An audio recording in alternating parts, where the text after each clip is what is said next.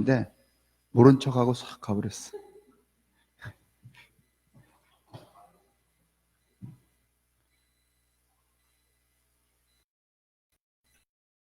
제가 지난 시간에 요시야 이야기하면서 무슨 말씀드렸냐면, 성서라고 하는 게 무슨 역사라든가 진실, 사실을 기록한 게 아니라 하나님의 뜻을 기록한 것이다, 이런 말씀을 드렸어요. 자꾸 우리는 쓸데없는데 이게 뭐 진짜냐 가짜냐 역사적인 증거가 있느냐 뭐 그딴 거 묻는데, 그럴 게 없어요. 그래도 되고 안 그래도 되는데 거기다가 모두 다 이렇게 낭비하는 것은 의미가 없죠. 하나님의 뜻을 기록한 거지 무슨 역사적 사실을 기록하려고 썼던 책들이 아니란 말이죠. 역사적 사실을 그걸 증언하려고 하면은 뭐 거기 붙어 있는 증명서가 엄청나게 많아야 되잖아요. 그럴 필요도 있는 게 아닌데, 그래서 우리가 뭐 구약이나 신약을 읽을 때에 자꾸 어떤 역사성을 따지려고 하지, 뜻이 뭐냐 이런 걸 따지면 좋다는 거죠. 그래서 결국은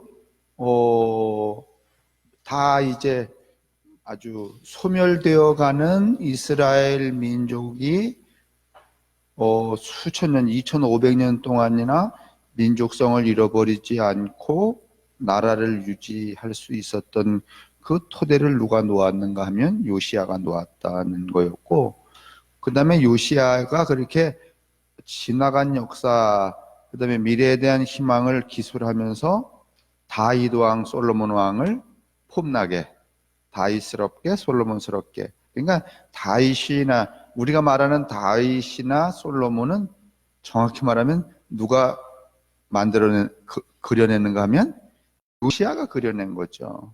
뭐 진짜 그런 사실이 있었던 게 아니라. 그래서 이제 그 얘기하니까 여기 앉았던 이상건 권사님이 용비어천가, 세종 용비어천가 그 얘기 하셨잖아요. 근데 용비어천가를 부르는 사람들이 많죠.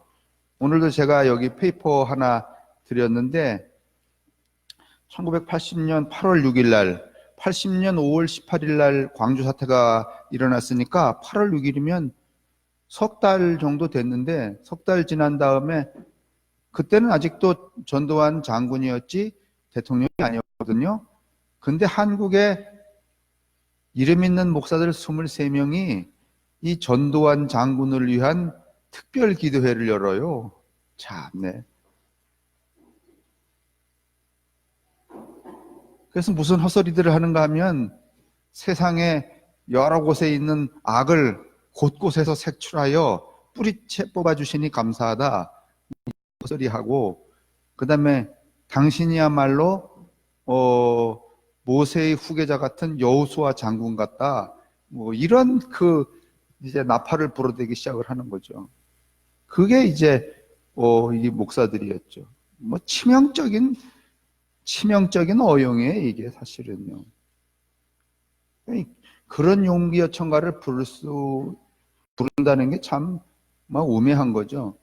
근데 23명의 그 거목들이 그 짓을 했는데, 그 중에서 딱 2명만 회개했어요. 하나는 지원상이라는 루터교회 총회장하고 신현균이라는 부흥 목사만 내가 그때 잘못했다 이렇게 말했지, 다른 사람들은 그냥 입 닫고, 이쪽으로 앉으셔야 돼요. 입 닫고 죽었거나 아니면 아직도 입 닫고 있거나 뭐 그런 실정이죠. 조금은 이게 참 아이러니라고 하는 입장에서 드리려고 하는 이야기를 여기다가 갖다 붙여놨는데, 이 기독교가 이렇게 사회의 정의, 그 다음에 공의 같은 것을 이렇게 망각하게 되면 완전히 기독교의 본질을 잃어버리게 되죠. 한번 이렇게 이런 현상이 되면. 그리고 애초에 이 조찬 기도회라는 게 1963년인가부터 시작이 되었는데 65년 시작이 되는데, 이게 사실은 유지되지 말아야 될 거예요. 지난번에 이게 처음에는 23명씩 뭐 이렇게 모이더니 요새는 지난번 51회 그 문재인 대통령 되고 금년에 3월 며칠인가 조창기들 했는데 3천 명이 모였대네요. 아유. 그 3천 명에 뭐 춘천 사람은 누가 갔다 왔는지 모르겠네. 정선의 이 목사는 가기가 더 어려울걸. 뽑혀야지. 이게 지금 3천 명 안에 드는 거 이거 쉬운 일 아닌 것 같아요. 그래서 이제 아이러니 이야기할 때에 제가 다시 말하면 건강한 사상 없이 이렇게 뭔가면은 그 어두운 것을 방조하거나 일조하는 그런 일들에 대해서 이제 오늘 이야기를 드리려고 그러고, 그 이야기 끝에 무슨 말씀 드리려고 하는가 하면은 성서 속에 그렇지 않은 한 존재, 그도 아이러니해요. 근데 어떤 아이러니인가 하면은 부정적 아이러니가 아니라 긍정적 아이러니한 사람이 있죠. 그 사람이 누군가 하면 이사야라고 하는 사람이에요. 우리가 보통 보는 이사야서 하는 이사야. 이제 오늘 이제 그 얘기 드리려고 해요. 옆에 나눠드린 것들은 그냥 참고 삼아 보시라고. 23년이 누군지 제가 이름을 안 했는데 그냥 불러만 드릴게요. 한경직, 김준곤, 김창인, 최태섭, 조향로, 김지길, 정진경. 김지길 목사님은 우리 감리교 감독이셨어요. 정진경 성결교회 목사고, 김인덕 이거 장로예요. 두산 장로인가 뭐. 강신명도 목사, 김용도, 김종식, 김윤식, 김혜득, 민영환, 박정근, 유흥목, 이봉성, 장성철, 조덕현, 문만필, 신현균, 지원상. 이 23명 중에서 2명만 참여를 했어요. 내가 나쁜 놈한테 엉뚱한 기도를 올렸다고 그렇게. 다른 분들은 그냥 뭐 가만히 계시고 있고.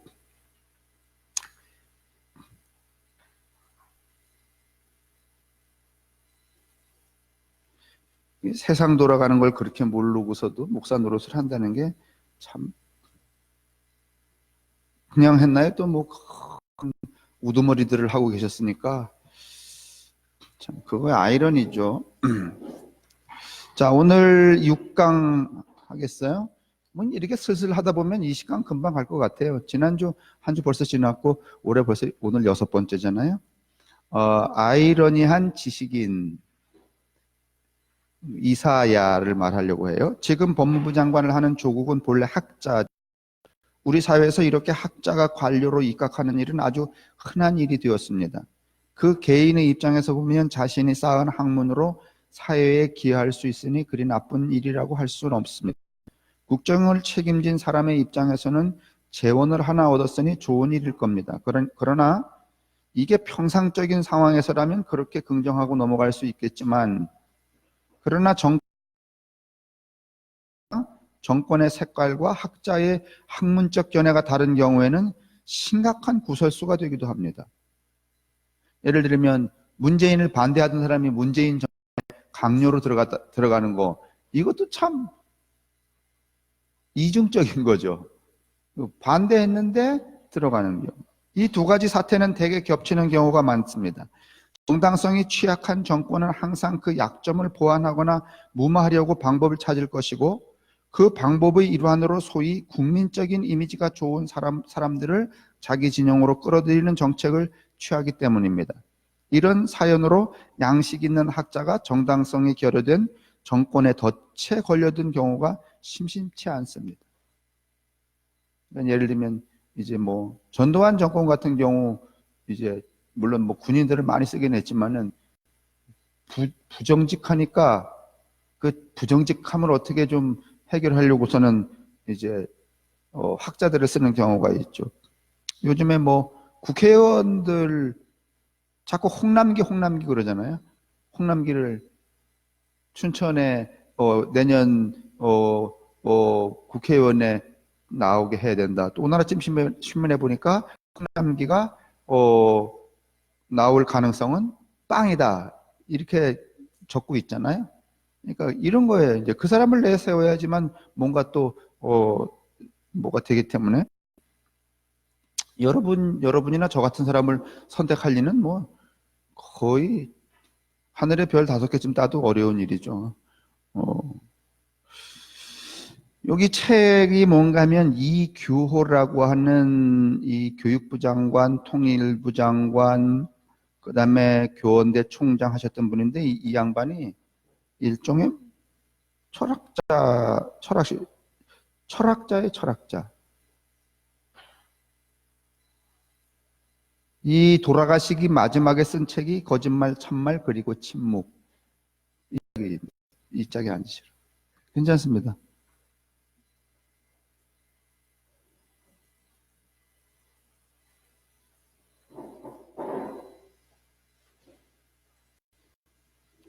이 책을 쓴 분에 대해서 말하려고 그가 쓴 마지막 저작을 소개를 그 앞에 해놨는데요.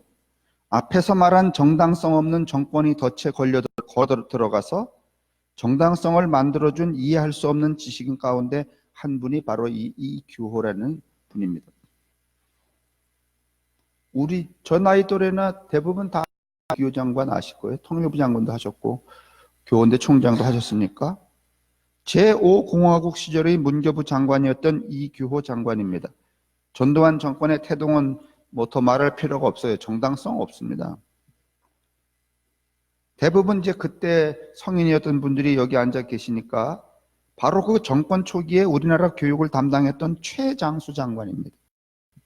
그는 본시 철학자이고 연세대 학원장이었고 문교부 장관 거쳐서 통일부 장관이 되었고 이분이 교원대를 만드셨습니다. 그리고 자신이 만든 교원대 총장을 지내시다가 돌아가셨죠. 돌아가시기 직전에 쓴 책이 이 거짓말, 참말, 그리고 침묵입니다.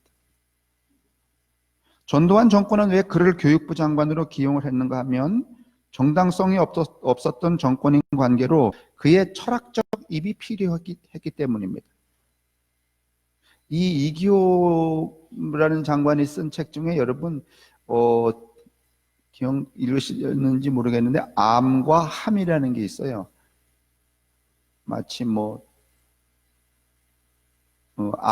안다는 것과 행동한다는 것 그런 거예요. 이 내용이 대단했죠. 이거 의식화 교육할 때 이거 다 썼어요. 그런데 본인이 교육부 장관이 딱 되고서는 이 책을 뭐로 규정해 버리는가 하면 금서로 규정을 해서 못 보게 했어. 그러니까 이게 아주 이중적인 분이에요. 이중적인 분. 아주 이게 아이러니하다 그런 말이죠. 이분은 이제 그 책에서도 그런 말 하지만은 평소에 뭐라고 말하는가 하면 철학이라는 건 말놀이다, 말장난이다 이렇게 말해요. 철학이 말장난이다. 아마 교육부 장관을 시킨 이유는 말장난 잘 해갖고 조금은 전두환 정권을 정당성 있게 만들어 주기를 한 것 같고 그렇게 만들어 줬으니까 최장수를 했겠지. 그걸 안 했으면은 일찍 아웃이 됐을 텐데. 그러나 공인으로서 그의 사회적 역할은 모순입니다. 그는 한마디로 아이러니한 지식인이었다. 모순적인 지식인이었다. 이렇게. 지식인도 모순적인 사람들이 굉장히 많죠. 근데 더 모순적인 존재들이 누군지 아세요? 교인들. 그 교인들 중에서도 더 대표적인 모순된 사람들이 누군지 아세요? 그렇게 거침없이 나오면 되나? 좀 머뭇거리거나 이래야지.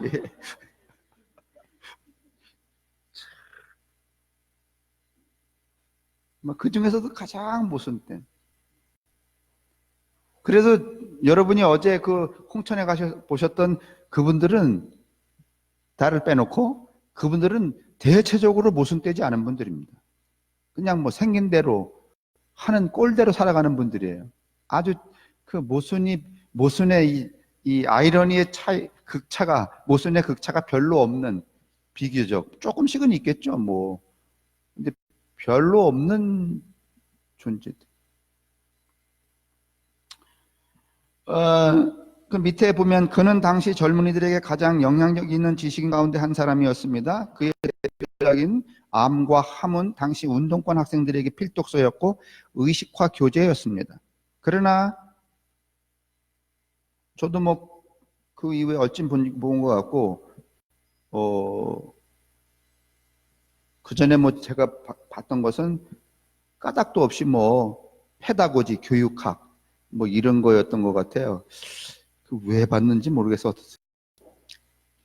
그러나 지은이가 문교부 장관으로 있던 시절에 그의 책은 금서가 됩니다. 젊은이들을 금서로 묶어놓은 그의 책에서 그의 생각과 문교부 장관으로 처신하는 그의 삶, 이게 너무 모순이었기 때문에 젊은이들이 매우 이분에 대해서 저항적이었죠. 이 어인 아이러니일까? 앞에 그림으로 보여드리는 그의 마지막 저서인 참말 그리고 침묵의 8번째 장인 침묵의 순간에 이런 대목이 나옵니다. 말이 없는 것이 가장 훌륭한 말이 될 수 있다. 근데 이게 마치 회고록 같은 것인데 이걸 이야기하신 거 보면은 자기가 문교부 장관 하면서 쓸데없는 말을 많이 한 거 아닌가? 뭐 이렇게 생각하시는 것 같기도 하고, 그의 생애가 곡학 아세였는지 아니면 죽기 직전에야 깨달은 것인지 알 수 없는 기록을 해놓고 있습니다. 적어도 공화국 내에서 그의 박학함은 전혀 엉뚱한 방향으로 활용되었습니다. 이런 인물이 역사상 한두 명이겠어요? 이쯤에서 서론을 집어치우고 본론으로 들어가야 되겠습니다. 이 박학 아세한 분 중에서 다시 말하면 그 자신의 박학함을 다른 용도로 쓰신 분이 또 한 분 계시죠. 누군가 하면은 김진홍 목사님이라고.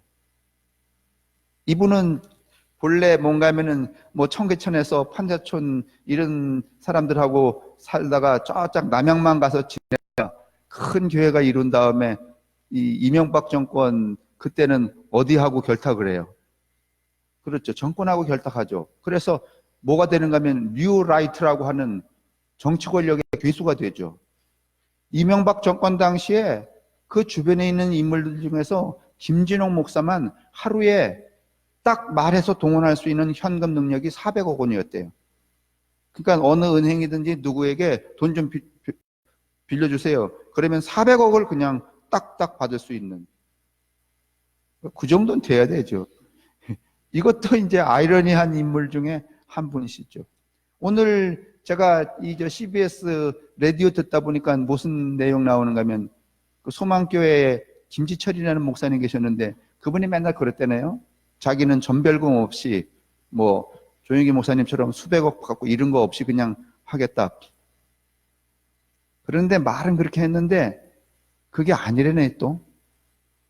이게 다 뭔가 하면 순이야. 이렇게 말하고 그렇게 살지 않는 거. 대부분은 다 어느 일정 부분에 이 아이러니는 가지고 살죠. 모순은 가지고 살죠. 말한 대로 딱딱 사는 사람은 없죠. 그러나 그게 지도자인 경우에는 굉장히 많은 부정적 상황들을 만들어내게 되죠. 이제 그 이야기를 하는 거죠. 그런데 오늘 우리가 읽어야 될 이 이사야서라고 보는 이사야서는 이제 뒤에 보겠지만은 한 사람이 쓴 게 아니라 그의 제자들이 또 썼어요. 그래서 세 사람이 썼어요. 토막이에요, 원래 이 이사야서라는 게. 근데 이 이사야는 이 이규호 장관만큼 박학한 분이었습니다. 그리고 이 이사야는 권력의 중심부 왕궁에서 살았어요. 연자였어요. 그런데도 불구하고 여러분 왕궁에서 살고 왕궁에서 이렇게 지내면 아무래도 왕에게 아부하게 돼 있잖아요. 근데 그렇게 하지 않았던 사람이 누군가 하면 이 이사야예요. 굉장히 독특한 분이죠. 자신의 박학함을 모순되게 쓰지 않고 가장 바람직하게 사용한 사람 중에 한 사람이라는 거예요. 대단한 거죠. 그리고 이제 뒤에 가서 또 중요한 거지만은 우리가 임마누엘 그 얘기 하잖아요. 소위 말하면 신학의 출발을 누가 만드는가 하면 이 이사야가 만들어요. 임마누엘 신학이라고. 이제 뒤에 가서 말씀을 드릴 거예요. 이사야는 이사야서가 중요한 게 아니라 이사야가 살았던 그 삶의 뜻들이 매우 중요해요. 그래서 이사야를 그냥 읽는 건 의미가 없어요. 이사야의 뜻이 무엇인가 하는 것들을 읽어내야지만 이사야서의 본질을 파악할 수 있어요. 그걸 우리가 보겠다는 거죠. 성서에 나타나고 있는 오늘 이야기의 주인공 이사야는 매우 박학다식한 예언자입니다. 학자적 예언자였죠. 게다가 그는 출신 성분조차 좋았습니다. 많은 사람들이 뭐라고 말하는가 하면 왕족의 후손이다 이렇게 말해요. 그러니까 왕가의 왕족의 후손이라는 거죠. 그런데도 불구하고 많은 것을 알고 그 다음에 왕족의 후손인데도 불구하고 그의 행적, 살아온 삶의 양태, 그 다음에 또 그의 사상은 일반적으로 아는 것과는 달리 그 박학다식함을 전혀 다른 방향, 다시 말하면 권력과 어떤 거기에 일조하는 데 쓰지 않고 그것들을 뭔가면 이렇게 저항하는데 그런데 썼다는 것을 보여줍니다. 그 점에서 이사야 역시 아이러니한 지식 가운데 한 사람이라는 이야기를 하고 싶은 겁니다. 근데 이 아이러니는 뭔가면 부정적 아이러니, 그러니까 말 자체로 아이러니가 아니라 또 다른 양태 모순이란 말이에요. 아, 그렇게 안 살 수 있는데 왜 그렇게 살았지? 라고 하는 거.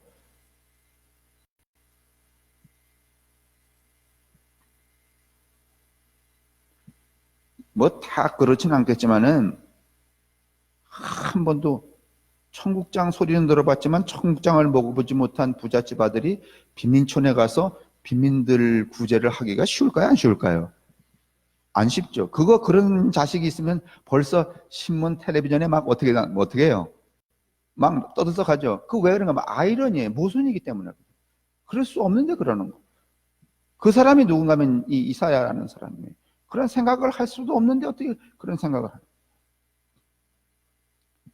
저는 진짜 예전에 참인지 진짜인지 모르지만은 다 큰 어른이었는데 청국장하고 비지라는 것을 들어보긴 했는데 먹어보진 않았다는 사람을 만난 적이 있어요. 아주 되게 기분 더럽더라고. 근데 그때는 그거 제가 이해를 못했는데 청담동 가면서 그분들이 살아가는 거 얼핏 보면서 먹어볼 겨를이 없기도 하겠구나라는 생각을 하게는 됐어요.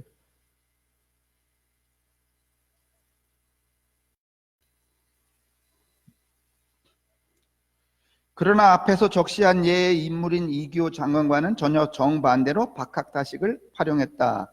이런 측면에서 아이러니한 예언자 이사야다 이렇게 말하셨죠. 앞에서도 말했지만 이사야는 에레미야, 에스겔과 더불어서 이스라엘의 3대 예언자 중에 한 사람입니다. 이사야가 써낸 책, 에레미야, 에스겔, 에레미야, 에가 뭐 이런 것도 있지만은 에스겔 그 책이 굉장히 방대해요. 분량이 커요.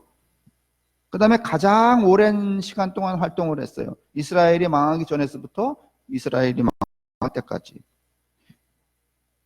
그뿐만 아니라 신학 사상의 측면에서도 이사야는 가장 두드러진, 뒤로 말하겠지만은 그 임마누엘 신학을 이제 맨 먼저 그 사상을 뭔가면 갖고 있었던 그런 예언자 중에 한 사람이기도 해요. 이게 무슨 말이냐 하면 방대한 책에 등장하는 인물이 모두 3명이라는 뜻입니다. 첫 번째 이사야서 1장에서부터 59장인가 66장까지 나와 있는 것 중에서 첫 번째 등장하는 이사야는 예루살렘을 중심으로 예언 활동을 펼친 사람입니다. 하여 그를 예언 이사야라 이렇게 말할 수 있습니다. 첫 번째 이사야만으로도 그 활동 연대는 문서 예언자, 성서에 자신의 이름을 남긴 예언자가 문서 예언자인데 문서 예언자 가운데서 가장 긴 책을 씁니다. 이사야는 예언자 미가가 활동했던 시기보다 조금 일찍 예언 활동을 시작했고 아마도 아시리아가 유다를 침공한 해 BC 701년까지 활동한 것으로 보입니다. 미가와 많은 시대 배경을 공유하고 있기도 하지만은 제국의 침략을 경험하지 않은 미가와는 달리 이사야는 북이스라엘과 시리아 연합군의 침략을 경험하기도 했으며 아시리아 침략을 목격했습니다. 그러니까 외적의 침략을 이렇게 경험한 사람이라는 거죠. 그의 활동 기간은 이사야서 1장에 밝혀진 바와 같이 유다 왕 우시야, 요담, 그 다음에 아하스야 이 4왕의 시대에 걸쳐서 예언 활동을 했어요. 왕을 4명이나 이렇게 넘어가면서 예언 활동을 하는데도 불구하고 그가 그의 사상을 뭔가면 변절시키지 않고 한 가지로 유지했다는 것도 엄청나고 대단한 일이죠. 예루살렘 이사야는 유다 사회에서 매우 유력한 집안 출신이었습니다. 한 그를 왕족으로 전하기도 합니다. 여러분, 이 왕족 예언자 중에 한 사람이 또 있죠. 왕족이 아니라 왕실에서 예언 활동을 했던 사람, 엘리야예요. 여러분, 엘리야하고 엘리사하고 누가 더 성령의 능력이 커요? 엘리야죠. 왜냐하면 엘리야가 불병거를 타고 하늘로 올라갈 때 엘리사가 쫓아가면서 뭐라 그랬어요? 당신이 내게 성령을 뭘 어떻게 하라고? 당신보다 갑절로 달라고 이렇게 말했어요. 그런데 여러분, 이스라엘 민중은 엘리야를 더 기억해요? 엘리사를 더 기억해요? 엘리사를 기억해요. 왜냐하면 엘리야는 왕궁에서 예언 활동을 했기 때문에 민중과 접할 기회가 별로 없었어요. 어렵고 가난하고 그 다음에 또 배고픈 사람들의 편에서 그들을 변론하고 그들을 위로하고 그들을 이렇게 세워줬던 사람이 누군가 하면 엘리사예요. 그래서 여러분, 민중들은 엘리사를 더 기억해요. 그 민중들은 자기를 그렇게 인간 대접을 해준 그 엘리사를 구전을 통하여서 계속 자신에게 물려주는 거야. 그래서 엘리사를 더 기억하고 있다는 거. 언제 이 엘리야 얘기도 하게 되는가 모르겠는데, 실제로 그는 늘 궁정 주변에서 활동했고 왕이나 궁정의 인사들과 쉽게 접촉을 했습니다. 그만큼 이게 무슨 일인 줄이 있었던 것 같아요. 게다가 그는 다른 예언자들과 달리 다윗 왕조 신학, 이 다윗이요, 이 신학 체계를, 다시 말하면 모세의 시내산 신학, 모세의 시내산 계약에서 다윗 계약으로 바꿔버리는 거예요. 그렇게 계약을 바꾸면서 모든 것은 어디서부터 출발을 해요? 시내산에서부터 출발해요. 그죠? 근데 다윗 왕이 다윗 왕조 신학으로 계약을 바꾸면서 시내산에 빠져버리고 시온산이 나와요. 시온산은 어디에 있는 산이에요? 예루살렘에 있는 산이에요. 지가 살고 있는 산. 그때부터는 일절 시내산이 등장을 하질 않아요. 이게 무슨 뜻인가 하면은, 여러분, 출애굽기에 보면은 하나님이 모세하고 계약을 하실 때에 무슨 말씀을 하시는가 하면은, 내가 세상의 모든 사람들과 일일이 개별적 계약을 하겠다. 그래서 그들이 나의 명령에 순종하고 복종하여 살면 그는 나의 자식이 되고 나는 그의 뭐가 되겠다? 하나님이 되겠다. 이렇게 계약을 하셨어요. 그러니까 그때 하나님은 시내산에서 모세를 통하여 계약하신 하나님의 계약은 뭔가 하면은 개별적 계약이 하나님이 모든 백성 하신 거야. 근데 다윗이 왕국을 차려놓고, 여러분 생각해 보세요. 하나님이 국민 개개인하고 계약을 했다고 그러면 왕의 이 자리는 어디야? 네? 왕의 자리가 국민 위에 있을 수 있어, 없어요? 없잖아요. 왜냐하면 하나님이 자기하고도 개별적으로 계약을 한 거니까, 나도 계약하고. 그러니까 이 왕정 체제에서는 이 계약을 이대로 유지시킬 수가 없었던 거예요. 그래서 어떻게 계약 변경을 하는가 하면 지가 어느 날 이렇게 떠들어요. 엊그저께, 이건 제가 그냥 꾸미는 거야. 이제 그거를 좀 토대로 보여. 엊그저께 하나님이 나타나서 모세하고 여러분이 개별적으로, 모세를 통하여서 하나님하고 여러분하고 개별적으로 했다는 거 취소하시고, 하나님이 나하고 먼저 계약하시고, 그러니까 계약 주체가 누구야? 국민 개개인이 아니면 다윗 왕이야. 그리고 여러분들은 뭔가 하면 나한테 속한 옵션이야. 그러니까 여러분은 그 계약에 대해서 뭐 고물이라도 얻으려면 누구 말을 잘 들어야 돼? 왕의 말을 잘 들어야 돼요. 이게 소위 말하면 왕조신학이라는 거예요. 다윗 왕조신학. 그래서 제가 노예 구약 성경 할 때에 이스라엘의 기본적 사상을 완전히 망가뜨린 천하의 훌륭하지 못한 분이 누구다?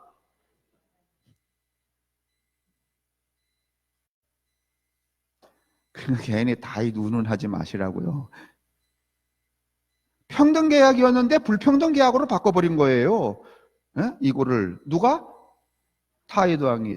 다윗 왕이 이런 계약 신학을 만들어 버렸는데, 이 엘리야 같은, 여러분, 아니, 이사야 같은 이 박학다식한 사람이 그걸 모를 리가 없어요. 계약은 모세를 통하여 하나님이 국민 개개인과 백성 개개인과 맺은 평등 계약이라는 걸 여러분 이사야가 모를 리가 있겠어요? 그런데 불구하고 그 사실에 대해서는 또 이사야가 침묵을 하고 있단 말이에요. 왜 했을까? 그것만 보면은 이 양반도 그 이 권력에 동조했구나 이렇게 생각하기 쉽잖아요. 근데 여러분 그걸 좀 우리가 거기서 이제 결론을 낼 건 아닌 것 같아요. 그걸 뭐라고 말하는가 하면은 소위 왕조신학 또는 궁정신학이다 이렇게 말해요. 그러니까 왕조신학이에요. 그래서 여러분 오늘날 이 개신교에서도 가만히 보면은요 그 잔영이 좀 남아 있어요. 어떻게 남아 있냐면은 지금도 하나님이 모든 하나님이 자녀 개개인과 개별로 통하세요? 아니면은 누구를 통하여 통하세요? 아니, 원론적으로, 원칙적으로는 목사를 통해서 하나님이 통하셔? 여러분, 개개인과 통하시잖아요. 근데 은근히 이 교회는 누구를 통해서? 목사를 통해서 축복도, 목사를 통해서 뭐도? 축복도 하면 뭐예요? 뒤 반대는 저주잖아요. 그래서 마치 축복과 저주가 누구의 권한인 것처럼 여러분 이것도 일종의 왕조 신학의 여러분 이 잔영입니다. 이 나쁜 패단이 남아 있는 거예요. 왜냐하면 이렇게 해야지만 국민들이 또 누구 말을 잘 들으니까. 다윗 왕도 그래서 왕조 신학으로 바꾼 거예요. 국민들이 말 안 들을까 봐. 이게 여러분 정당하지 않아요. 그런데 또 오히려 오늘날 교회는요. 이걸 잘 쓰는 사람이 교회를 어떻게 시킬 수 있어? 이걸 잘하는 사람이 교인들에게 뭐도 끼칠 수 있어? 은혜도 끼칠 수 있어. 별거 아닙니다. 이걸 잘하는 놈이 성공하는 놈이야. 이걸 못하는 놈은 어떻게 해요? 나 같은 놈이고. 이게 누가 만드는가 하면은 다윗이 만들어냈는데 그 얘기는 그까지만 합시다. 왜냐하면 구약성서 읽기 할 때 이미 했기 때문에 이사야서 이야기하느라고 하는데 이렇게 하는 동안에도 이사야는 뭔가 하면 침묵을 하고 있었다는 거예요. 이건 또 무슨 아이러니? 말했어야 되잖아요. 이 빌어먹을 놈아 말이야. 어디 말이지 그런 계약이 있냐 말이지. 이거는 뭐 요새 말이지 그 고관 대작의 부인이 말이지 자녀를 위해서 증명서 하나 가라로 띈 것도 어떻게 됐는데 지금 구속 영장 청구됐잖아요. 이때 말이지 이사의 입장에서는 다윗 왕 이거 뭐예요? 사문서 2조에 뭐 공갈에 뭐 이런 거잖아요. 당장 이 상황인데도 이사야는 입을 닫고 있었다는 거예요. 그래서 그를 흔히 궁정신학자라고도 하는데 왜 이게 다르게 이해되는가 하면 대다수 연자는 그의 신학의 근거를 모세의 계약 전승에 두고 있는데 오늘 그렇지 않은 다윗의 이 새로운 전승에 대하여 이사야가 침묵을 하고 있었기 때문에 너는 그냥 고기 안에만 속한 신학자다, 예언자다 이렇게 말한다는 거죠. 그런데 이사야 예언자는 자신의 신학적 입장을 다윗 왕조 신학에 두고 있어요. 이를테면 다윗 왕이 정권 유지를 위해 이스라엘과 하나님의 계약이 모세의 계약 전통으로부터 왔다는 것을 수정하여 자기 자신 하나님은 다윗과 계약했다는 새로운 신학적 주장을 암묵적으로 지지하고 있었던 것이죠. 이거 왜 그랬는지 사실은 뭐 내내 궁금해요. 이 양반 왜 그랬을까? 여러분 뭐 좀 짐작되는 거 없어요?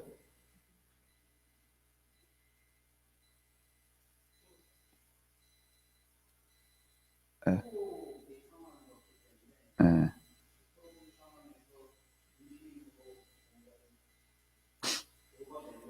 음.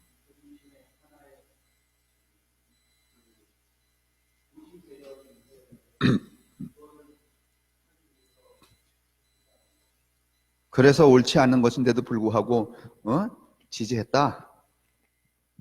그것도 모순이지 뭐. 그럴 가능성도, 그럴 경우도 있겠죠. 자, 요거 보면은, 아까도 제가 이사야서는 세 토막이라 그랬죠? 1장에서 39장 한 토막, 40장에서 55장 한 토막, 55장에서 66장 한 토막. 제1 이사야, 제2 이사야. 그래서 정확히 부르려면은요, 이사야서를 이야기할 때 1 이사야, 2 이사야, 3 이사야 이렇게 말해야 정확한 거예요. 근데 여러분은 그게 필요 없으니까 그냥 두루뭉실이 가는데, 오늘은 좀 보셔야 돼요. 활동 장소는 첫 번째는 1 이사야는 예루살렘, 2 이사야는 바벨론 포로지, 세 번째는 돌아와서. 그 다음에 당시의 제국은 누군가 하면 아시리아, 1 이사야, 2 이사야는 바벨론, 세 번째는 페르시아 이렇게 되어 있어요. 자, 그 밑에 보십시다. 물론 그것은 단순 반복한 건 아니고 자신의 시대 상황에 재해석하고 있기는 합니다. 다시 말하면 1 이사야, 2 이사야, 3 이사야가 그가 머물고 있는 당시의 제국이 다르잖아요. 아시리아, 바벨론, 페르시아. 그러니까 거기에 그 시대에 적응하는 재해석이 필요했기 때문에 이런 내용이 나왔을 수 있다. 그런 이야기죠. 하더라도 그가 수도 예루살렘의 유력한 귀족 가문 출신이라는 것은 확실하죠. 또한 그는 늘 제자들을 거느리고 있었습니다. 예루살렘 이사야가 쓰지 않는 것이 분명한 제2, 제3 이사야서가 존재한다는 사실도 그가 제자 집단과 무관하지 않다는 방증입니다. 다시 말하면 제자들이 2, 3 쓰고서는 누구 이름 붙이는 거야?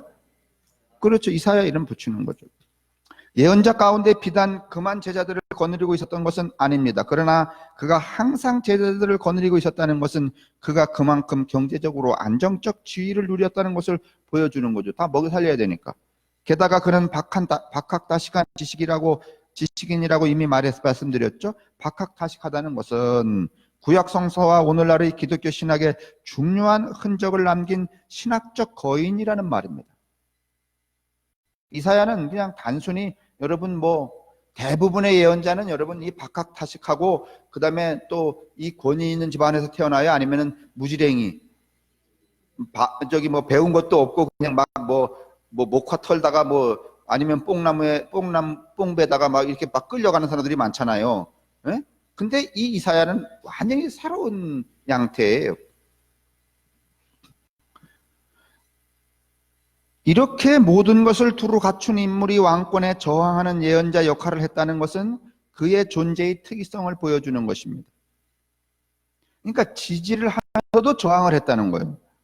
그는 권력에 쉽게 밀착할 수 있는 모든 조건을 가지고 있었고 일정 부분 다윗의 새로운 신학적 틀을 암묵적으로 동조하고 있었기에 정치 권력과 가까워질 수 있었는데 그러면서 반대로 권력에 저항하는 예언을 했다는 게 아이러니한 것이죠. 그가 선택한 길은 권력의 행포를 신랄하게 비판하고 민초들을 대변하는 예언자였다는 게 말이죠. 그래서 오늘 이 이사야는 이규호 전 장관하고도 다르고 조국 전 장관하고도 또 달라.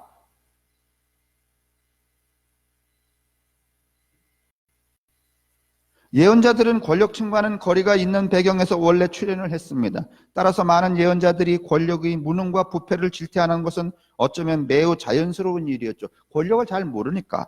그러나 이사야의 경우 당대의 권력 핵심부와 밀착된 배경 출신인데도 권력의 무능과 부패를 무섭게 질타합니다. 그러니까 오늘 이 시대에도요, 이 박학다식하는 사람들이 그냥 정부에 동조할 게 아니라 정부가 다 잘하는 건 아니잖아요.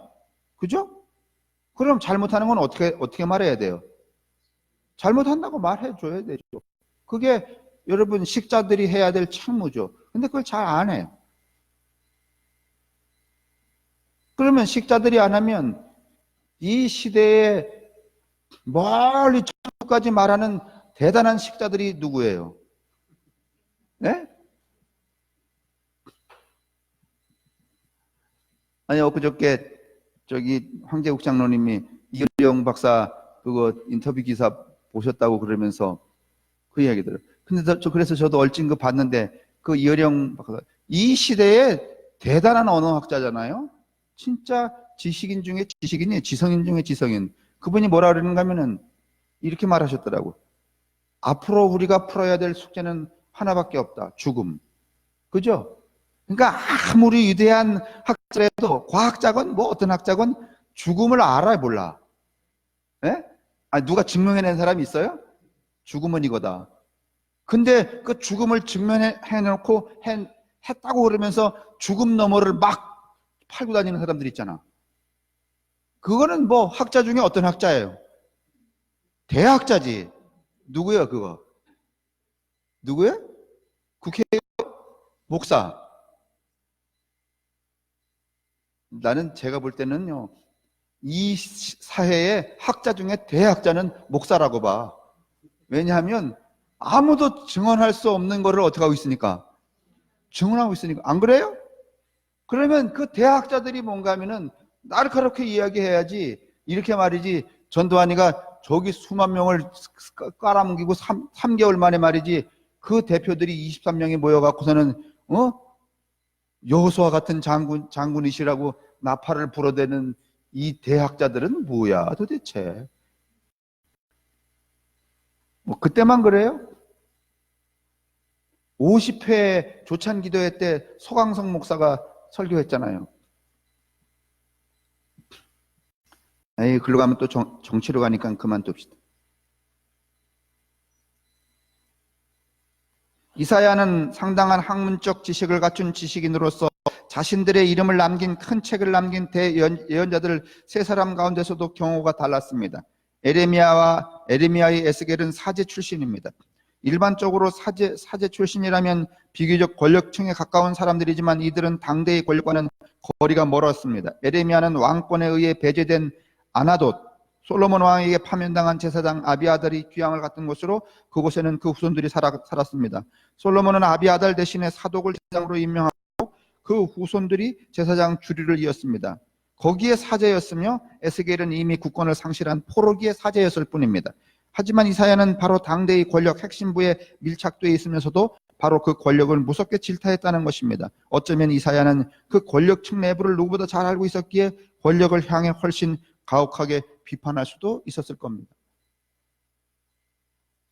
모든 예언자들이 공통된 목소리지만은 이사야는 중앙의 귀족과 왕권의 지배력 강화를 위한 조치들을 가차없이 비판합니다. 그런데도 왜 이사야가 다윗 왕조 신학에 대해서 침묵했는지 그것도 아이러니입니다. 이사야가 예언 활동을 펼치기 전 유다에는 마침 농민층이 정치적 영향력을 행사하는 국면이 조성되었습니다. 여러분 기억하시죠? 이거 누군가 하면 요시야 왕이잖아요. 8살 때 왕 됐잖아요. 8살짜리가 무슨 왕이 되었겠습니까? 얼마나 암하랬죠. 농민들이 말이죠. 집단적으로 이 사람을 이 아이를 응원했으면 왕이 될 수 있겠습니까? 그러니까 8살짜리는 이후로는 뭔가 하면은 자기를 왕이 되게 권력을 잡게 해준 그 암하레츠들의 요구에 따라서 여러분 움직일 수밖에 없었죠. 그래서 뭔가 하면 법을 만들고 그 법이 중요하다 그랬어요. 그 전까지는 법을 만들기 전까지는 여러분 왕의 말이 곧 뭐야? 짐이 법이었어요. 근데 법을 만들면 여러분 왕도 그 법 아래 여러분 법을 지켜야 되는 백성과 다를 평등성을 유지하는 가장 기본이에요. 그렇죠.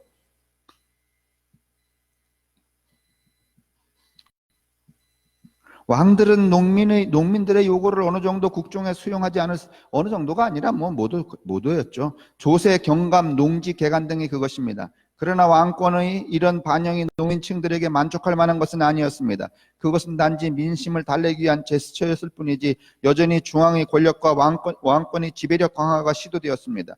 예언자 이사야는 그 사실을 직시합니다. 그러니까 다시 말하면 노자가 그런 말을 해요.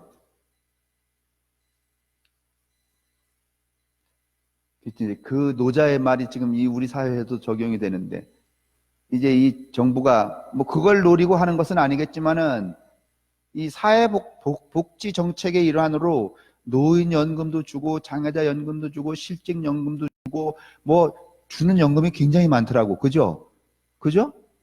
근데 그렇게 많이 주면은요 국민들이 감복을 해갖고 세금을 낼 때 찍소리를 안 한다네. 그래서 2개 주고 본래 3개 걷는 거래. 그게 뭔가 하면 통치자의 전술이래. 그런데 2개를 받았기 때문에 3개를 걷어가는 것에 대해서 저항이 없어진대.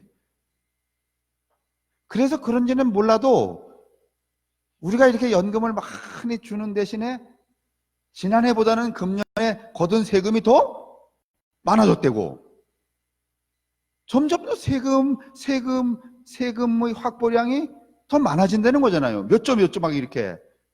그건 무슨 말이에요? 더 걷는다는 거잖아요. 근데 더 걷는데도 우리는 왜 이렇게 세금이 많냐고, 더 걷냐고 지금 아각되질 않잖아. 왜 그래요? 3개 내기 전에 몇 개 먹었어? 2개 먹었어. 여러분, 이게 노자의 통치 철학이에요. 도덕경에 나오는 거예요. 그게 아마 이걸 만약에 이 정부가 전략적으로 쓰고 있다면 도덕경 똑바로 읽은 놈인 것만은 분명해. 제가 지난번에 말했잖아요. 도덕경은 도 닦는 책 아니에요. 여러분, 통치 철학이에요, 이거. 이게 그런 거였는데 오늘 이사야는 말이죠. 그렇게 국민들을 위안양하면서도 여전히 이 왕권 체제, 이 왕권 사회가 왕권 전제 국가가 되면은 왕의 권력을 자꾸 강화시켜야 되는 것만은 맞잖아요. 뭐 그거 우리도 여러분 이를테면 뭐 조제도라든가 농지개혁 뭐 이런 거 말이죠. 왕이 시행하려고 하다가 사대부들한테 여러분 그 저항에 부딪혀서 하지 못하는 왕들이 비일비재하잖아요. 못하게 하니까. 그거 하면은 뭐 권력을 다 잃어버리니까. 여전히 부정과 불의가 만연한 사태, 부유층의 사치와 권력 투쟁에서 희생되는 민중의 현실을 고발합니다. 부정과 불의는 모르는데 이 권력 투쟁에 국민이 희생되는 거, 이거는 오늘날에도 있을 수 있어요. 그러니까 이를테면은 한국당에서 저 당원 소집령 내리는 것도 그 권력 투쟁에 국민을 어떻게 하는 거야? 이용하는 거죠. 뭐 피차 마찬가지겠지만은 이건 굉장히 경계해야 되는 거죠. 게다가 하나님의 이름을 빙자하여 그러한 불의를 호도하는 종교지도자들의 허위에 이사야는 분노합니다. 그는 다시는 헛된 재물을 가져오지 말라 이렇게 말합니다. 이사야에서 이제 초장에 보면은 이사야가 그런 거 하잖아요. 너희들이 말이지 바치는 헌금을 바치는 그 손에 다른 사람을 해친 피가 시뻘겋게 묻어 있는데 그 돈을 누가 받겠느냐 말이지. 뭐 신랄하죠 막. 정의를 외면한 종교는 소용이 없다는 질타였습니다. 내정에서 발생한 불의와 더불어 외세 앞에서 우왕좌왕하며 거기에 기대려 하는 실책을 거듭하는 왕권에 대해서도 이사야는 준엄한 심판을 선고합니다. 우리나라의 외교정책은 어떻습니까 지금? 가만히 않을까요? 이제 좀 이따가 또 김정은 얘기를 또 한번 해야 돼요.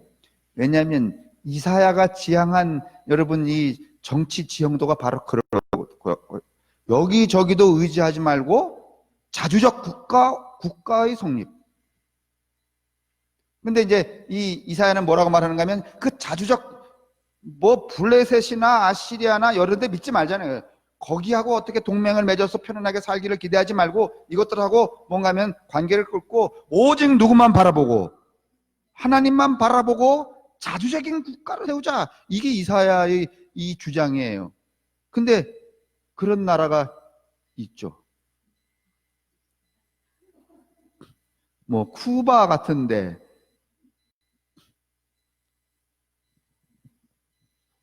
뒤에 가서 얘기할 거예요. 잠깐 이제 그 나온 내용이 여기 금방 나오네요. 여기 뒤에가 아니라 친아시리아 정책을 펼친 아하스 왕 시절 유다는 양자택일의 기로에 있었습니다. 아하스 왕은 북이스라엘 시리아와 연합해서 반시리아 동맹을 맺을 것인가? 아니면 아시리아와 우호 동맹을 맺을 것인가를 두고 고민합니다. 그러니까 북쪽하고선 연합하여서 아시리아를 칠까? 아니면 그냥 아시리아하고 우리 동맹 국가를 맺어서 서로 친구하지 말자 그럴까? 우리도 일본하고 한때는 여러분 동맹국을 우호 만들었잖아요. 근데 요새 이제 그걸 다 어떻게 하고 있어요? 깨고 있잖아. 그죠? 왜냐하면 그거 이렇게 해야지만 뭐 북한의 위협으로부터도 우리가 안전하고 이러니까.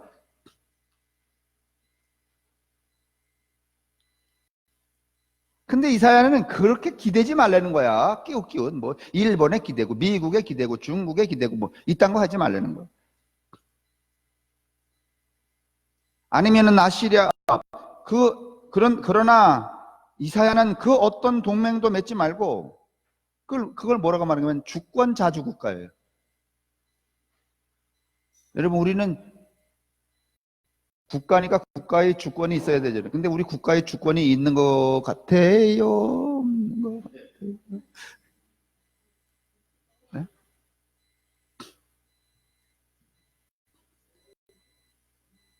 뭐 비행기 사라면 비행기 사지, 뭐 포 갖다 놓으라면 더 포 갖다 놓지, 뭐 돈 내라면 돈 내지, 뭐.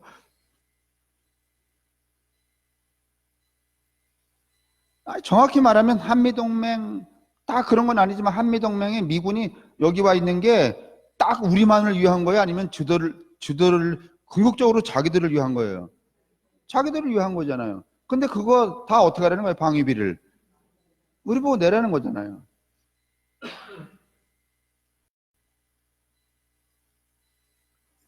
그러면 여러분, 자, 이렇게 내라 그럴 때 못 내! 이럴까요? 아니면은 결국은 징징대다 낼까?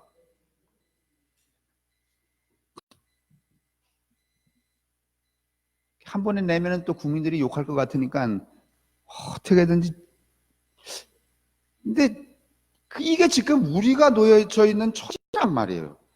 주권 자주국이 아니에요, 이게. 근데 이사야가 그 말을 하는 거예요. 주권 자주국이 되라. 여러분, 이스라엘이 놓여져 있는 지형하고 우리 놓여져 있는 이 지형이 비슷해요, 여러분. 밑에는 이집트, 옆에는 페르시아, 위에는 아시리아. 그죠? 그게 둘러싸고 있어요. 그 다음에 북쪽으로는 뭔가 하면은 지중해야, 바다야. 이제 더 갈 데도 없어. 그럼 대한민국은 어디야? 옆에는 어디? 일본. 이 왼쪽은 또 중국. 여기는 뭐야? 러시아. 그 다음에 저기는 뭐야? 가려면 어디밖에 못 가? 남쪽. 그래서 요새 베트남으로 계속 가는 거 아니요? 갈 데가 없어요, 이게. 거의 이스라엘하고 이게 지정학적으로 비슷해요. 그래서 여러분, 우리가 이 소위 뭐 몇 년 전인지는 모르지만은 이 국가 체제를 갖춘 이후에 한 번도 자주국이 돼본 적이 없잖아요.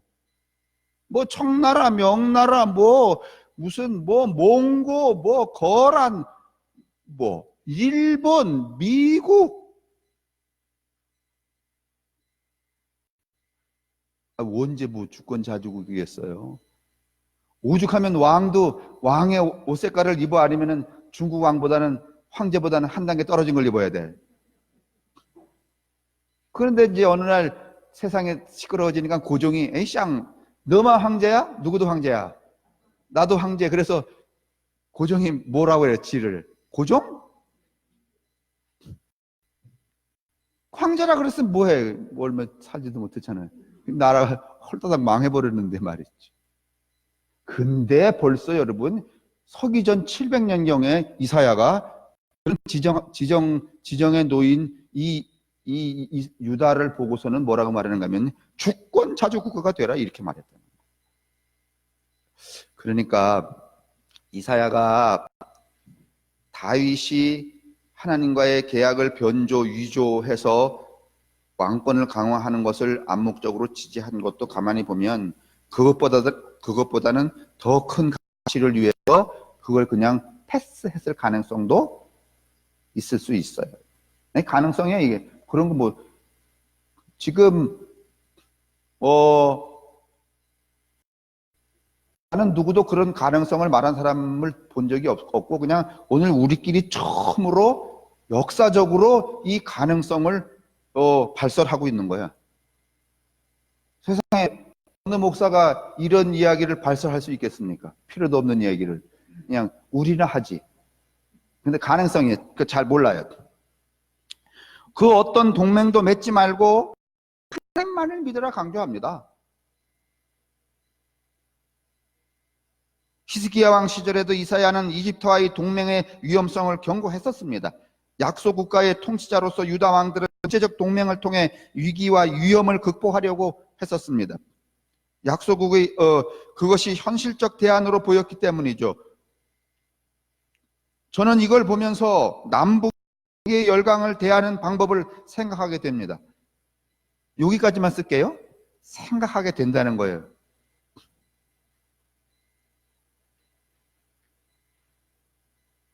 조금만 더 얘기하면, 말씀을 드리면 고무 찬양죄에 걸릴까봐. 조금은 비슷하거나 닮아 있기도 해서입니다. 이스라엘하고 지금 이 히스기야의 예언과, 그러나 이사야는 국제적 동맹이 만들어낼 재앙에 대해서 경고를 하는 겁니다. 주권 없는 대외 정책이라고 비판을 하는 거죠. 그런 경고는 이상주의자의 외침만은 아니었습니다. 실제로 유다 역사는 그 어떤 국제적 동맹을 통해서도 자신을 지키지 못했음을 증언해 줍니다. 또한 이사야는 자기의 힘만 믿고 힘을 과시하려는 열광들에게도 심판의 선언을 마다하지 않습니다. 왕권의 내정과 외교 정책을 일관되게 비판한 이사야 예언의 진가는, 자 이제 이사야가 말해요. 모든 국민은 두말할 것도 없고 통치자가 딱 되어도 그대로 살아갈 수가 없으니까 어디한테 이렇게 기대면은 우리가 조금은 내 왕으로 또 잘하고 말이지, 국태가 미난할까, 국태 미난할까 하고 고민하면서 누구하고 동맹을 이제 맺을까를 이렇게 고민한단 말이죠. 근데 이사야가 선언하는 거예요. 그건 망하는 짓이다 말이지, 재앙이다 말이지. 그러니까 주권 국가로 독립해라 말이야. 하나님만 바라봐라. 이렇게 하면은 이거 믿어 안 믿어? 그 믿음이 안 가잖아요. 그래서 나온 게 뭔가 하면은 임마누엘 신학이에요. 임마누엘 신학은 이른바 희망의 신학이에요. 이 유르겐 몰트만이라는 학자가 희망의 신학이라는 책을 오래전에, 지금 제가 확인해 봤더니 지금쯤 23부째가 나오고 있더라고. 그 희망의 신학이 뭔가 하면은 우리의 희망이 동맹국인 것 같지만은 하나님 믿고 주권국가가 되면 하나님이 우리를 어떻게 하실 거라는 거야? 어떻게 하실 거라는 거야? 지켜주실 것이라는 거야. 그게 뭔가 하면은 임마누엘 신학이에요. 임마누엘이 뭐예요? 하나님이 나와 함께 계신다잖아요. 그게 희망의 신학이에요. 이 유르겐 몰트만의 신학이 뭔가 하면은 이 임마누엘 신학, 이사야서에서 나온 거예요, 이게. 그래, 그 신학이 태동이 되는 거예요. 신학이라고 하는 게 비로소 이 이사야에게서 태동이 돼요. 하나님 중심으로. 자, 그러면 오늘 우리 정부가 이제 이렇게 한다고 해보십시다. 나는 이제부터 미국도 기대지 않겠다. 일본 물론 기대지 않겠다. 괜히 러시아나 중국에 가서 말이지 열병식 하는 거 이렇게 손 흔들고 이것도 하지 않겠다. 나는 주권 자주 국가를 위하여서 오직 누구만 믿고, 대통령이 하나님을 믿을 리가 없지. 국민만 믿고 정치하겠다 말이지. 그래서 진짜로 막 그냥 자기 몸으로 실행하는 거야. 얻어 터지고 그러면요, 국민들이 막 대동단결해서 무슨 광화운동파가 말이지 한 패가 돼갖고 말이지 우리가 나서서 지켜야 된다 이럴까, 아니면은 그래 너나 잘해봐라 그럴까? 나는요, 국민을 하나로 뭉치는 방법은 이거밖에 없다고 봐요. 어느 한쪽에 기대는 한 그것을 긍정하는 집단이 있고 부정하는 집단이 있을 테니까. 아닐까요? 어때요? 몰라요? 아니, 여기에 근거에 보면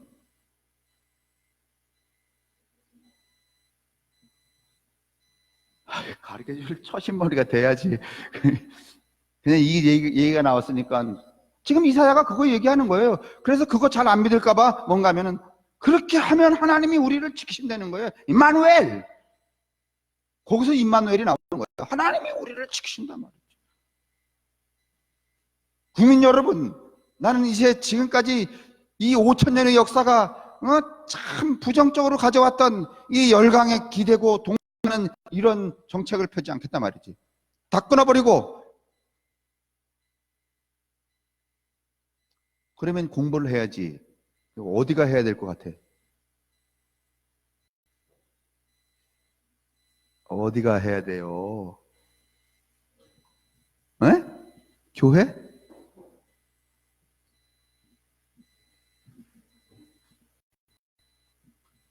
그럴지도 모른다 이거죠.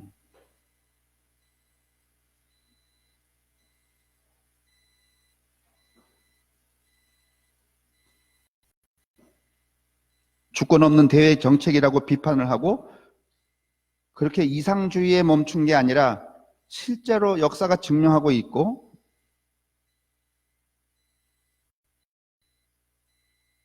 여기서 우리는 오늘날 목사들이 성향에 대해서 생각하게 됩니다. 교회에서 세상이 어떻게 돌아가건 정치가 어떻게 되건 정치, 정권 같은 소리는 싹 거두고 하나님의 은총, 축복이나 말하는 신령한 목사가 될지 아니면 이사야 같은 정치와 사회에 적극적으로 개입하고 신학적으로 해석해내는 현실적인 목사가 될지를 말이죠. 대부분의 한국 교인들은 이중성을 갖고 있어서 이사야서는 인용하면서 목사는 교회 안에서 세상에 나가지 말고 축복이나 주고 은총이나 주고 이러기를 바라고 있잖아요. 그러면 소는 누가 키워?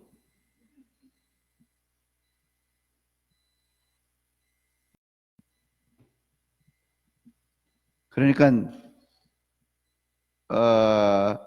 이제 이런 것 같아. 한국의 기독교는 목사는 모순적이고 교인은 이중적이고 그래서 잘 어울려. 서로.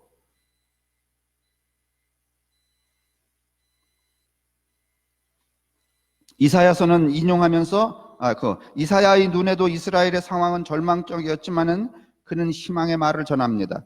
이걸 임마누엘 신학이라고 하는 겁니다. 아시리아도 믿지 말고 그 누구와도 동맹을 말라. 우리는 오직 하나님이 함께 하신다는 것, 그것만을 믿고 주권 국가가 되라. 그러니까 조찬 기도에 하는 사람들이 이런 기도를 해줬어야지. 네가 말이지 우리 민족을 구원할 떠오르는 태양이라는 둥 그 개 헛소리를 해가면서 말이지 그 높은 자리에 앉아서 그런 지도자들이 있었으니 한국 교회가 똑바로 갈 갈 수가 없지. 그 대학자들이 말이지 천국까지를 바라보시는 이게 이사야가 펼친 새로운 신학적 기조입니다.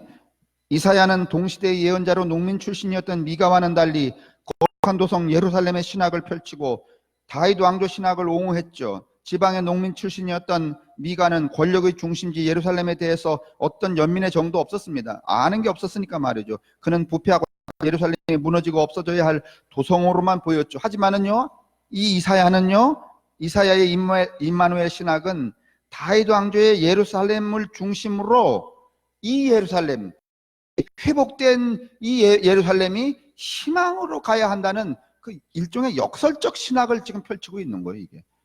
망해야 되는 게 아니라 우리가 바르게 가서 이 예루살렘이 하나님이 함께하는, 하나님이 머무시는 그런 예루살렘이 되어야 한다는. 오늘날 우리가 임마누엘 할 때 그 임마누엘이 바로 이런 바탕에 근거한다는 사실을 기억을 해야만 합니다. 근데 이제 요즘에 임마누엘은 어떤 임마누엘인가 하면 뭐 나에게 유익을 줄 때 임마누엘이죠. 다 다쳤는데 나만 안 다쳤어요. 임마누엘 하나님이에요. 무슨 엿먹는 소리야. 그렇게 쓰던 거 아니에요. 이거.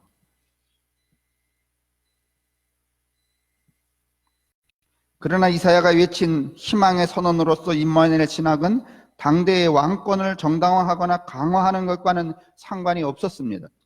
오히려 권력의 강화로 빚어진 비극을 대체할 새로운 희망을 선언하는 데 목적이 있었던 것이죠.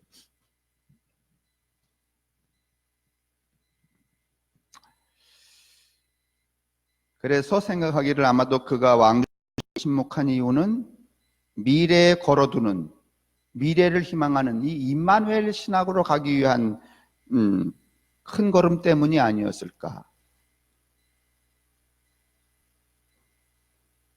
그것은 장차 다가올 정의와 평화의 왕국을 그리는 상징으로서의 의의를 지니는 것이었죠. 다윗의 가문과 그 고향에서 메시아가 탄생할 희망의 기원은 여기서 싹이 튼 것입니다. 이 임마누엘 신학에서 다윗의 가문에서 메시아가 나오고 이게 출발하는 거예요.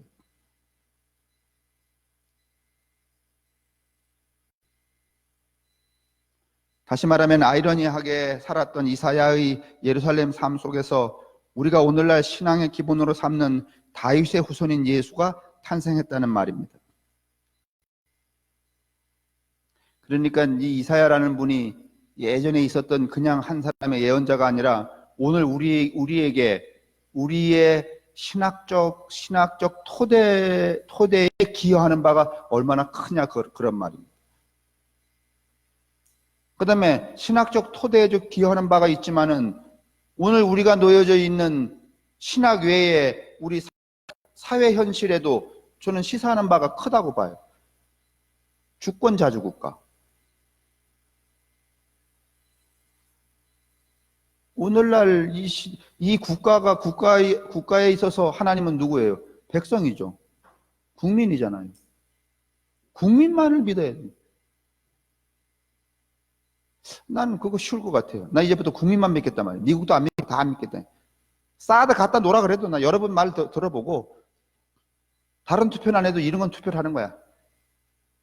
그래서 그것대로 하겠다. 그러면 이 대통령이 이제는 우리가 하자는 대로 하는구나. 그래서 대동단결하지 않겠나.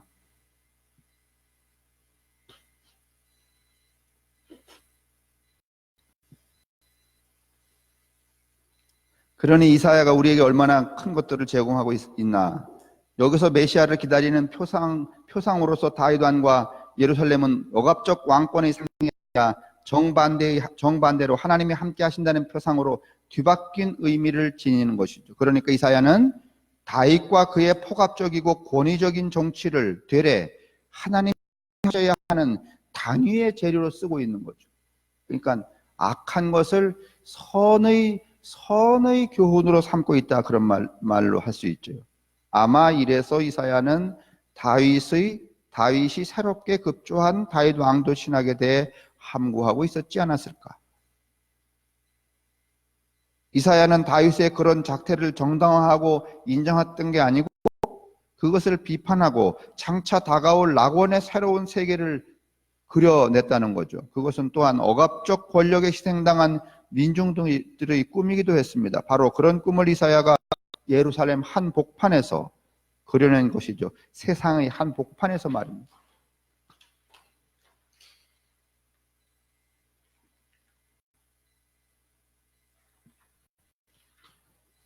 오늘 빨리 끝날 것 같으니까 체조할 시간 안 드려도 될 것 같아요.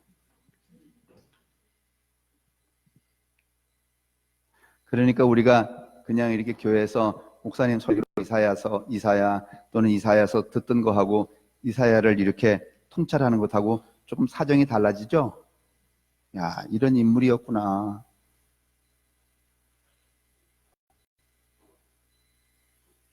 또 이제 이런 분이 계시는가 하면 또 이규호나 김진홍 목사님 같은 분도 계시고, 또 아까 초장에 말씀드린 어떤 분들인가 하면 한경직, 김준곤, 김창인, 김직일, 정진경 이런 분도 계시고.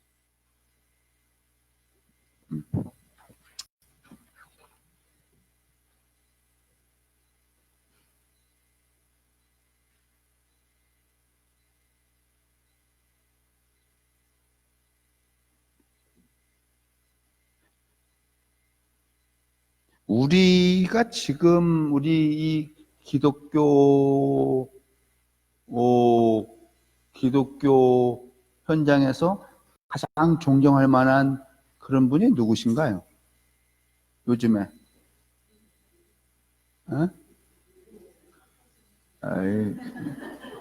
다 이단이라 그러니까 그런 얘기 하지 말고 그냥 보편적으로.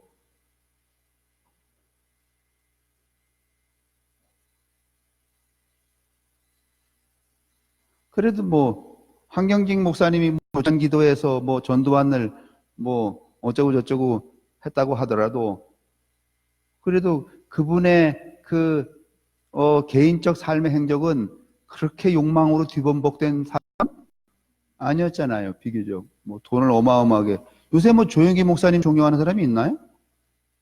순복음교회는 하긴 하겠지만은 다른 데서는 뭐 존경 안 하죠. 그럼 존경하는 거예요. 참 이게 우리가 슬픈 거죠.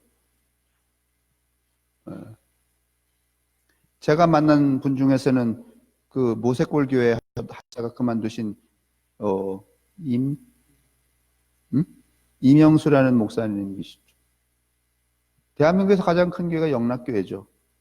그분이 원래 융전공이셨는데 영락교회 담임 목사가 됐는데 2년 만인가 사표내셨죠. 나는 이렇게 큰 교회를 할 자격이 없다. 여러분 그 쉬운 일이 아닙니다 진짜.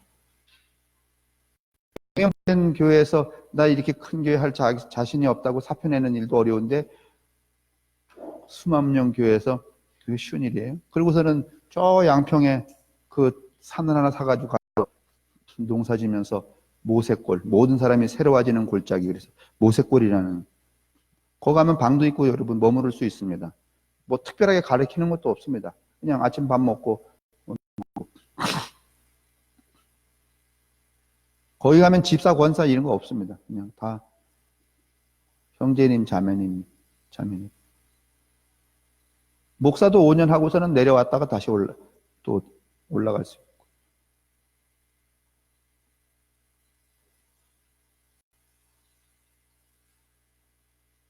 대부분의 이제 뭐 성공했다는 분들은 그 뭐 아주 화려하죠. 그 은퇴도 화려하고. 그게 이제 오늘 우리의 불운이죠. 사실은 뭐 캐톨릭에는 그래도 어른들이 계셨죠. 그래도 또 김소환 추기경 돌아가시고서는 또 캐톨릭도 그나마 또 없어요. 난세가 아니기 때문에 난세가 돼봐야 어떤 사람이 훌륭한지를 알 수가 있으니까. 잘 뭐 그렇게 없으니까.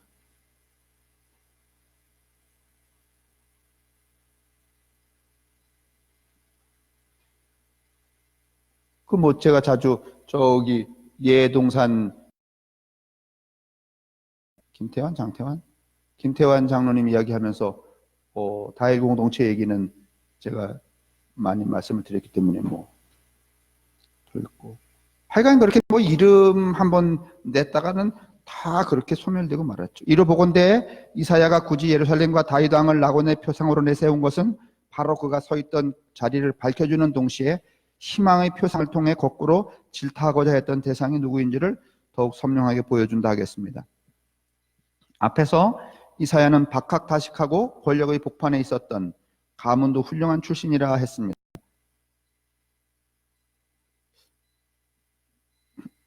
다른 예언자들과는 반대의 상황인 이유가 저는 여기에 있다고 보여집니다. 이만한 인물이기 때문에 임마누엘 신학을 창조해낼 수 있다는 것입니다. 적어도. 다른 예언자들은 그저 나무라고 비판하고 꾸짖는 선에서 끝났다면 말이죠. 이사야는 다윗 왕과 예루살렘을 신성시하는 세력의 한가운데 있었죠. 그러나 그는 자기가 선 자리에서 그 가치 이념이 사실상 무너지는 현상을 목도합니다. 틀린 것을 알게 되죠. 그것은 하나님의 뜻이 지켜지는 한 신성시 될 수 없는 가치였습니다. 하나님의 뜻인 공의는 무너졌고 더 이상 무너진 현실을 정당화하는 도구는 될 수 없었다는 것을 알았습니다. 그래서 이사야는 이렇게 선포했던 것입니다. 너희가 그것을 그렇게 신봉한다면 너의 현실을 돌아보라. 그것은 뼈아픈 고통을 동반한 내부자의 질타였던 것이죠.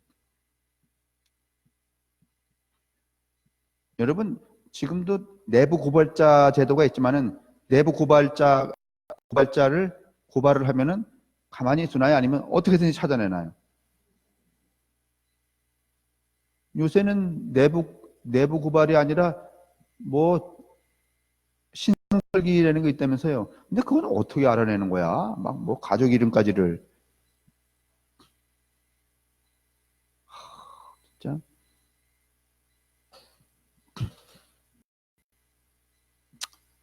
이제 슬슬 결말해야 하는 시점이 되었습니다.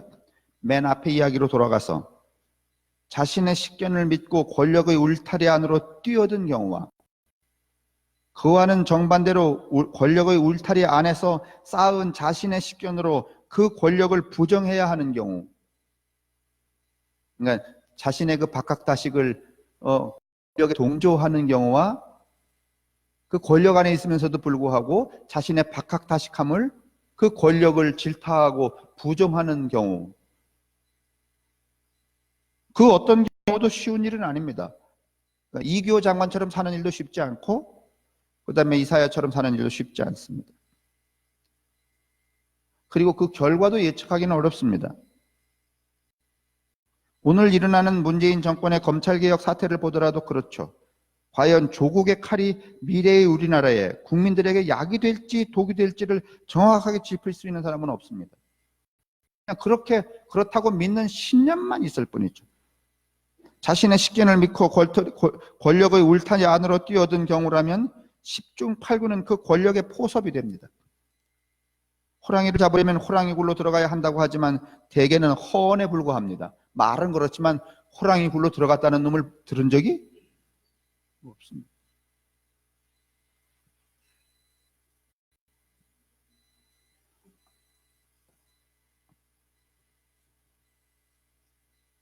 투신함으로써 주어지는 영달을 어찌 쉽게 물리칠 수 있을까요?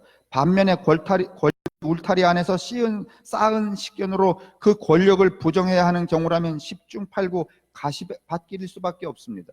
그렇겠죠. 권력으로부터 가해지는 핍박과 함께 마음만 고쳐먹으면 영달을 누릴 수 있다는 그 내면적 유혹에 시달리는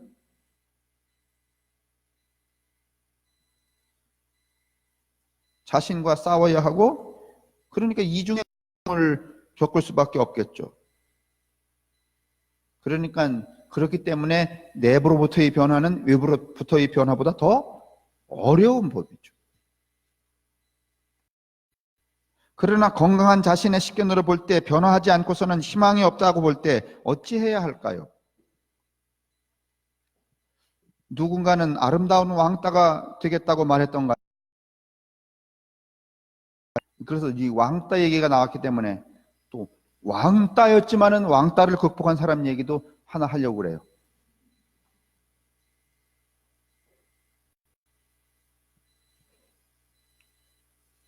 요즘에는 왕따가 굉장히 많다면서요. 어른들도 왕따 하잖아요. 그죠? 교회 안에서도 왕따 하죠? 교회에서도 같이 안 노는 거야.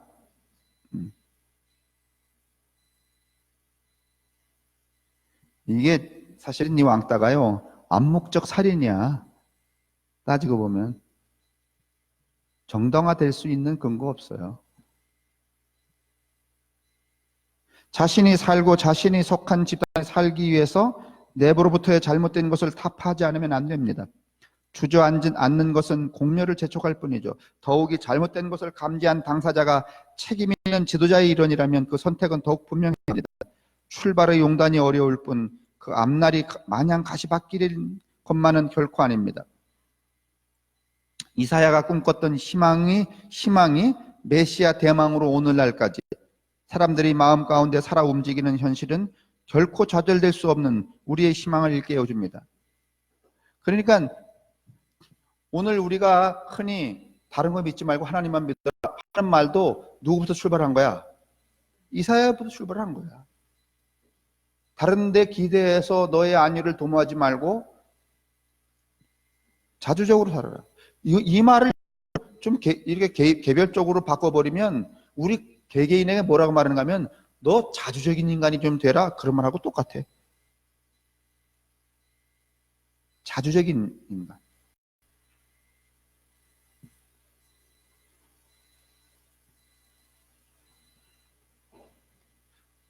지금 이 사회 정치적 현실에서 우리의 신앙과 신학이 무엇이어야 하는지, 어떻게 해야 하는지, 저는 이것도 이 소위 말하면 이사야의 삶의 행적, 이사야가 그 가운데서 소위 말하면 임마누엘 신학을 제시했던 것처럼 그것이 지금까지 우리의 기독교 신학의 뼈대로 남아오는 것처럼 오늘도 여전히 하나님만을 믿어라 그렇게 말하는 것처럼 그것이 주는 포괄적 의미가 뭐겠냐? 자주적. 그 무엇에 의지하지 않는, 기대지 않는, 그 기댐을 통하여서 안위를 구하려고 하지 않는 그런 것들을 오늘 우리에게 시사해 주는. 그것은 뭐 삶도 마찬가지고 경제도 마찬가지고 무슨 뭐 식견도 마찬가지고 이런 것들이겠죠.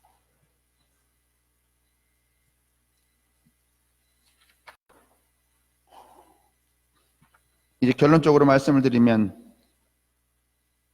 이사야는 아이러니한 지식인이었죠. 그러나 세상을 긍정적으로 변화시키는 아이러니한 지식인이었죠. 그런데 오늘 우리가 살고 있는 이 시대에는 세상을 부정적으로 만드는데 아이러니한 사람들이 굉장히 많죠. 그 중에서 특별히 기독교인들이 아이러니한 삶의 형태를 가질 수 있다는 거예요. 이걸 우리가 좀 경계해야 되고 자기 성찰이 필요하다 이렇게 말씀을 드릴 수 있어요. 오늘 여기까지 마치고 내일은 잠깐 제목 보면 마르지 않는 샘물이래요. 화수분 이야기로 시작을 하고 아까 제가 잠깐 이야기했는데 엘리야보다는 엘리사가 더